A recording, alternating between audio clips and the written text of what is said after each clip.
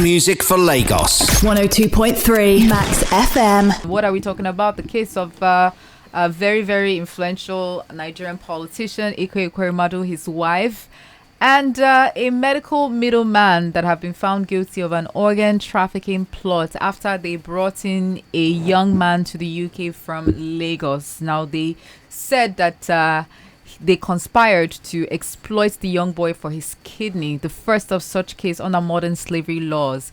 The organ was supposedly for the couple's daughter, Sonia. But Sonia was cleared of the same charge, by the way. The other three, the mother, father, and the medical middleman, convicted. Now, from the legal angle, following the convictions, Chief Crown Prosecutor Joan Jakimek described the conspiracy as a horrific plot. The convicted defendants showed utter disregard for the victims' welfare, health, and well-being, and used their considerable influence to a high degree of control throughout, with the victim having limited understanding of what was really going on here, she added. Maybe you should be that.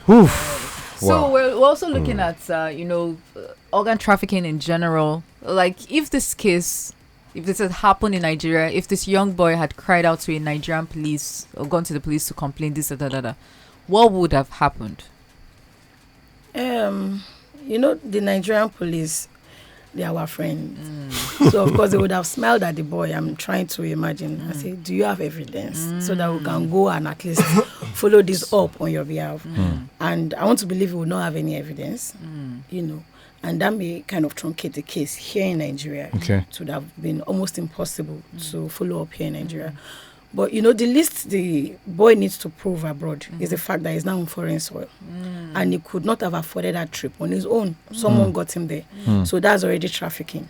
So then what is the idea behind trafficking him? Into that place. So the story ordinarily will pass. And of course, then they now have a sick child that needs a kidney.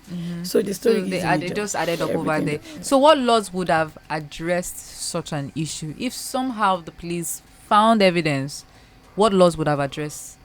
That would be the National Health Act. Okay. And the Trafficking in Person Prohibition Enforcement Administration Act of 2015.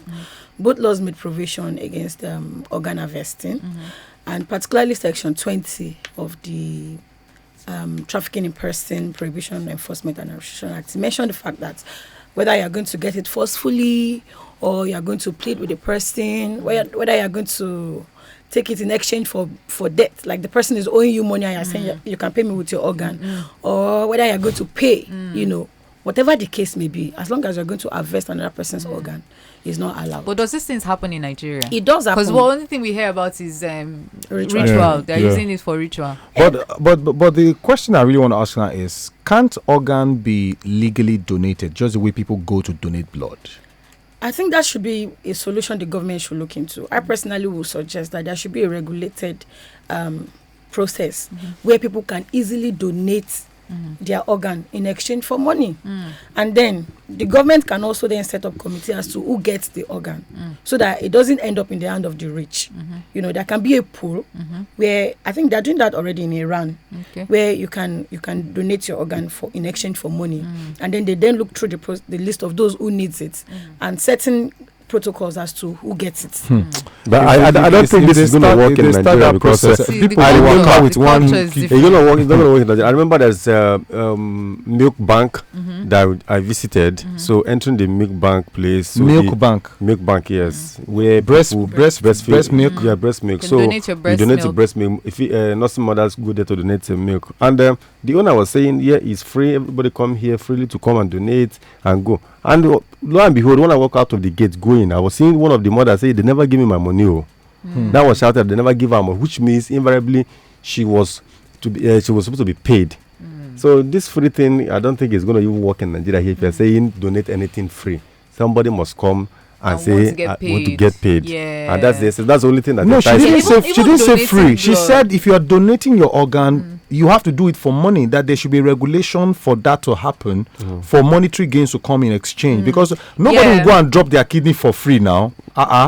So that's what happens in most countries. Altruistic donation, like you donate out of free will and freely. Somebody did it free. But it's also causing backlog because Idris Abdul Karim, wants to give out the wife did it free. Idris Abdul That's Karim. between the couple now. That is family donation. Okay, so talking about it's even encouraged in the UK. The only thing is she has to prove why it is her husband that must get it, and of course that's easy. I don't want to give it, but if it's my husband and you take it, then okay. So, madam, talking about this Ike Ekweremadu now, we meant to understand that probably by May, I think he's going to be sentenced, right? So, what are we looking at here? Life imprisonment, or how many years, or how much? Clear. The law says life imprisonment over there. But here in Nigeria, it would have been at least 7 years.